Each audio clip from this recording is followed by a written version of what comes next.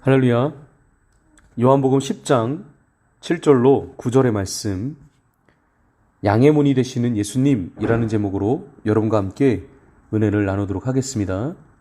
우리 7절로 9절의 말씀을 한번 읽어볼까요? 그러므로 예수께서 다시 이르시되 내가 진실로 진실로 너희에게 말하노니 나는 양의 문이라.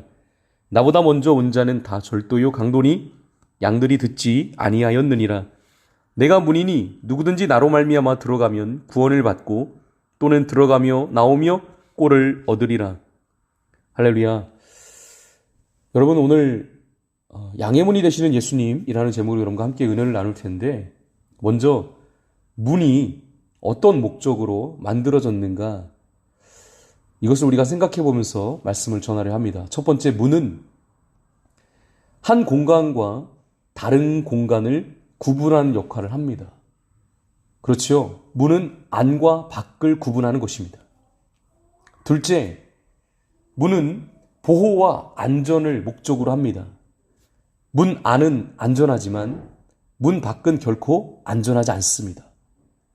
문 밖으로 나가면 보호받기 어려운 것입니다. 세 번째로, 문을 닫고 여는 건 누구에게 달려있죠? 네, 그렇습니다. 주인에게 달려있는 것입니다. 주인이 문을 열어야 다른 사람들이 문 안으로 들어갈 수 있는 거예요. 주인이 문을 닫고 열쇠를 잠그면 출입은 제한되는 것입니다. 자, 오늘 본문에서 예수님 자신을 일컬어 양의 문이라고 말씀하셨어요. 우리 요한복음 10장 9절의 말씀을 한번 보실까요? 같이 읽겠습니다. 내가 문이니 누구든지 나로 말미암아 들어가면 구원을 받고 또는 들어가며 나오며 꼴을 얻으리라. 오늘 저는 양의 문 되시는 예수님을 전하려고 합니다. 큰 은혜 시간 되시기를 바랍니다. 말씀을 준비하면서 자료를 찾아보니까 양의 울타리, 우리는 세 가지 종류가 있더라고요. 우선 벽돌로 담을 쌓고 비나 바람을 피할 수 있도록 지붕을 씌운 뒤에 문을 만들어 양이 출입할 수 있도록 만드는 울타리입니다. 가장 견고하고 튼튼한 울타리죠. 두 번째는 천연 동굴입니다. 동굴 입구에 울타리를 막아서 출입을 제한하고 양들을 보호하는 것입니다. 세 번째는 산속에서 방목을 할 때 목자들이 임시로 나뭇가지로 울타리를 세워서 만든 울타리입니다. 그런데 이 우리에는 문이 없어요. 목자가 그 자리에 누워서 문이 되는 것입니다. 목자가 곧 문인 것입니다. 요한복음에서 예수님이 비유한 양의 문은요, 바로 이 세 번째 울타리를 의미하는 것입니다. 자, 이제 좀 문에 대해서 여러분 좀 이해하셨으리라 생각이 되는데요. 이번엔 양의 특징을 좀 알아보겠습니다. 양은 가축들 가운데서도 가장 연약한 동물이죠. 시력이 나빠서 앞을 분간하지 못하거나 방향 감각도 떨어지는 동물입니다. 실제로 앞서가는 양을 따라가다가 차례로 절벽으로 떨어지는 일도 있다고 제가 들었습니다. 양은 자신을 보호할 능력이 탁월하지 않습니다. 어떻습니까? 몸집에 비해 하체의 힘이 매우 약해요. 그래서 양은 넘어지면 제 힘으로 못 일어난다고 합니다. 다시 일으켜 놓아도 한참 붙잡아주지 않으면 다시 넘어지는 일도 비일비재하다고 합니다. 더구나 양털은 희지도 깨끗하지도 않지요. 얼마나 냄새가 고약하고 지저분한지 모릅니다. 양의 성격도 그래요. 보기와는 딴판이에요. 매우 고집스럽고 제각각이에요. 양의 성격이 그렇다는 것입니다. 그래서 말씀에도 그런 말씀 있지 않습니까? 우리는 다 양 같아서 그릇 행하여 각기 제 길로 갔거늘. 날씨가 더울 때는 좀 흩어져야 되는데 서로 엉켜서 떨어지질 않고, 추울 때는 같이 붙어 있어야 되는데 곁에 둬도 같이 있으려고 하지 않는 것이 양의 성격이라는 것입니다. 여러분, 이런 양의 모습이, 이런 양의 성격들이 우리 모습과 좀 비슷하다는 생각 들지 않으시나요? 자, 그런데 양이 단 한 가지 발달한 것이 있다고 합니다. 탁월하게 발달한 능력이 있대요. 그것은 소리를 식별하는 능력이라는 것입니다. 즉 목자의 음성을 양은 잘 알아듣는 것입니다. 우리 3절로 5절의 말씀을 한번 볼까요? 같이 읽겠습니다. 문지기는 그를 위하여 문을 열고 양은 그의 음성을 듣나니 그가 자기 양의 이름을 각각 불러 인도하여 내느니라. 자기 양을 다 내놓은 후에 앞서가면 양들이 그의 음성을 다 아는 고로 따라오되 타인의 음성을 알지 못하는 고로 타인을 따르지 아니하고 도리어 도망하느니라. 여러분, 양은 참 연약한 동물이요 무기력한 동물인 것 같아요. 그리고 깨닫는 것은 철저하게 목자를 의존하지 않으면 안 되는 동물이 양인 것 같습니다. 사랑하는 여러분, 예수님이 다시 한번 분명한 어조로 선포하셨어요. 7절 말씀 볼까요? 그러므로 예수께서 다시 이르시되 내가 진실로 진실로 너에게 말하노니 나는 양의 문이라. 예수님은 누구이십니까? 양들이 들어오고 나가는 문인 줄 믿습니다. 안전하게 출입하려면 이 문으로 출입해야 하는 것입니다. 목자들이 양떼를 인도해서 데리고 나가든 데리고 들어오든 이 문 외에 다른 길도 다른 방법도 없는 것입니다. 사랑하는 우리 소망우리의 성도 여러분, 문을 통하지 않고 집을 드나드는 사람, 다시 말씀드리면 울타리를 넘거나 벽을 넘어 들어가는 것은 절도요 강도인 것입니다. 마음 편하게 들어오고 나가려면 반드시 정상적인 문을 통과해야 하지 않겠습니까? 예수님은 자신을 양의 문이라고 말씀하셨어요. 왜 그러셨을까요? 정상적인 문이 예수님이시기 때문인 줄 믿으시길 바랍니다. 우리가 예수님을 통과하지 않고는 살 수 없기 때문인 것입니다. 여러분 기억하십시오. 양들은 문을 통해 우리 안으로, 울타리 안으로 들어가야 안전한 것입니다. 인사이드, 문 안에 있는 것이 구원이요, 아웃사이드, 문 밖에 있는 것은 심판인 것입니다. 노아의 방주 안으로 들어가는 것이 구원이에요.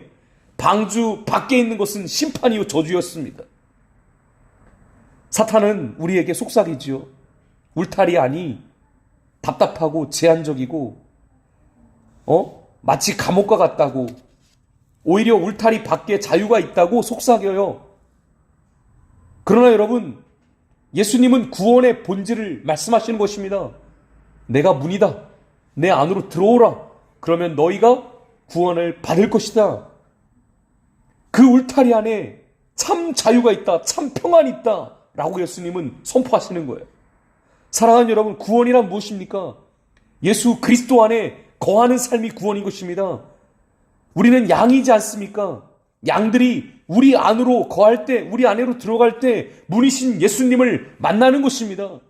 저는 이 양들이 거하는 울타리를 은혜라고 표현하고 싶어요. 여러분, 은혜 안에 있는 것이 진정한 축복인 줄로 믿으시길 바랍니다.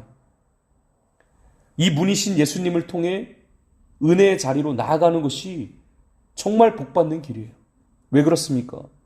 그 자리엔 생명이 있어요. 그 생명을 날마다 더 풍성하게 얻을 수 있기 때문입니다. 이 사실을 믿는 여러분 모두가 되실 수 있기를 주님의 이름으로 축원합니다. 울타리 안에 있는 한 사슴은 늘 불만이 가득했어요. 울타리가 너무 제한적이고 정해진 구역이 있다 보니 진정한 자유를 누리고 있지 못하고 있다고 생각을 했던 거죠. 그리고 울타리 밖을 보니까 정말 보암직도 하고 먹음직도 한 맛있는 열매들이 가득해 보이는 것입니다. 안보다 밖이 더 자유롭게 보이고 더 크게 보이는 것만 같았습니다. 그래서 10보 뒤로 물러나 점프해서 울타리를 힘껏 뛰어넘었습니다. 그러나 얼마 후 검정 그림자가 사슴을 엄습했습니다. 뭐였어요? 사자였습니다. 사자는 울타리 밖을 나온 사슴의 목을 물었고 결국 그 사슴은 죽고 말았습니다. 일종의 한 예화이지만 그러나 나름 의미가 있다고 생각해요. 진정한 자유는 여러분 어디에 있습니까? 진정한 생명은 어디에 있습니까? 날마다 생명을 얻는 것보다 더 좋은 것이 어디 있습니까? 반대로 생명이 죽어가는 삶보다 더 불행한 일이 어디 있을까요? 그러나 우리는 다 양의 기질을 갖춘 사람이기 때문에 사슴처럼 각기 제 길로 가려 하지는 않습니다. 요한복음 10장 10절의 말씀을 한번 보시겠습니다. 도둑이 오는 것은 도둑질하고 죽이고 멸망시키려는 것뿐이요 내가 온 것은 양으로 생명을 얻게 하고 더 풍성히 얻게 하려는 것이라. 할렐루야. 예수님은 양의 문이 되시는 줄로 믿습니다. 자, 이렇게 예수님이 양의 문 이야기를 하시면서 또 다른 이야기를 덧붙여 말씀하십니다. 마태복음 7장 13절로 14절입니다. 좁은 문으로 들어가라. 멸망으로 인도하는 문은 크고 그 길이 넓어 그리로 들어가는 자가 많고 생명으로 인도하는 문은 좁고 길이 협착하여 찾는 자가 적음이라. 양이 살기 위해서는 또 생명을 얻기 위해서는 양의 문으로 들어가야 합니다. 또한 우리가 찾고 두드려야 할 문은 바로 좁은 문인 줄로 믿습니다. 세상의 영광을 추구하는 길엔 사람들이 넘쳐나지요. 돈을 쫓고 인기와 명성을 얻고 권력을 얻어 자기 영광을 드러내는 곳에는 사람들이 몰립니다. 그러나 예수님은 그것은 좁은 문이 아니라 넓은 문이라고 말씀하셨어요. 그러나 그럼에도 불구하고 오늘날 예수님만이 양의 문이라는 사실을 믿는 사람보다 믿지 않는 사람들이 더 많습니다. 예수님만이 완전한 문이요, 예수님만이 생명의 문입니다, 예수님만이 구원의 문입니다 라고 이렇게 말하면 불쾌해하거나 짜증을 내거나 화를 내는 사람들이 날로 더 많아지고 있어요. 그래서 양들의 좁은 문 대신 늑대들, 이 널찍한 문 2개가 생긴 것입니다. 무슨 문입니까?